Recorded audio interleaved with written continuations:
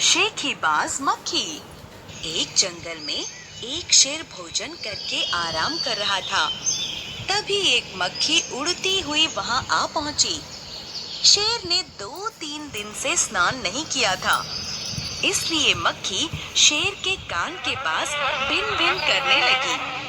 शेर को बहुत मुश्किल से नींद आई थी। शेर ने पंजे से मक्खी को उड़ाया। मक्खी फिर से उसके कान के पास बिन बिन करने लगी।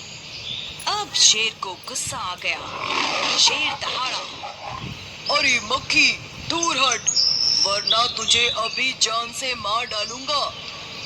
मक्खी धीरे से बोली, छी छी, जंगल के राजा के मुंह से ऐसी बात शोभा नहीं देती है। शेर का गुस्सा बढ़ गया। उसने कहा, एक तो तू मुझे सोने नहीं देती, ऊपर से मुझे जवाब देती है। चुप हो जा, वरना भी। मक्खी बोली, वरना क्या कर लोगे? मैं तुमसे नहीं डरती, मैं तो तुमसे लड़ भी सकती हूँ। हिम्मत हो तो आ जाओ। शेर आग बबूला हो उठा। उसने कान के पास पंजा मारा।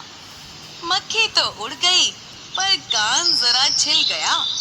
मक्खी उड़कर शेर की नाक पर बैठ गई। शेर ने फिर पंजा मारा। मक्खी उड़ गई। इस बार शेर की नाक छिल गई। मक्खी कभी शेर के माथे पर बैठती, कभी गाल पर, तो कभी गर्दन पर। शेर पंजा मारकर खुद को घायल करता रहा। मक्खी तो झट से उड़ जाती। थक हार कर शेर बोला, मक्खी बहन, अब मुझे छोड़ो, मैं हारा और तुम जीती। मक्खी घमंड में चूर होकर आगे बढ़ी। सामने एक हाथी मिला। मक्खी ने कहा, अरे हाथी, मुझे प्रणाम कर।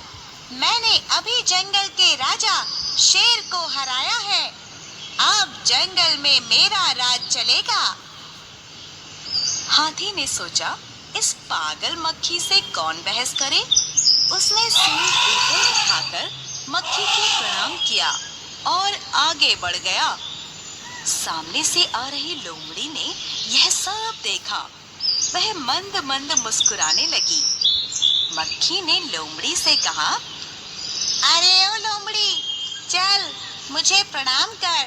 मैंने अभी अभी जंगल के राजा शेर और विशाल हाथी को हराया है। लोमड़ी ने भी उसे प्रणाम किया। फिर वह धीरे से बोली, जंगल की रानी धन्य हो, सबने आपको रानी मान लिया है, सिवाय उस मकड़ी के। मक्खी बोली, कहाँ है मकड़ी? लोमड़ी ने एक तरफ इशारा करते हुए कहा, उधर है वह मकड़ी, वह आपको गाली दे रही है, जरा उसकी भी खबर लो। यह सुनकर मक्खी गुस्से से लाल उठी। वह बोली, उस मकड़ी को तो मैं चुटकी बजाते खत्म कर देती हूँ। यह कहते हुए मक्खी मकड़ी की तरफ झपटी। अरे, यह क्या हुआ? मक्खी मकड़ी के जाले में फंस गई।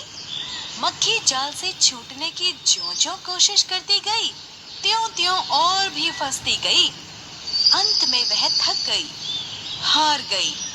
यह देखकर लोमड़ी मंद मंद मुस्कुराती हुई वहां से चलती बनी। शिक्षा, घमंडी का सिर हमेशा नीचा होता है।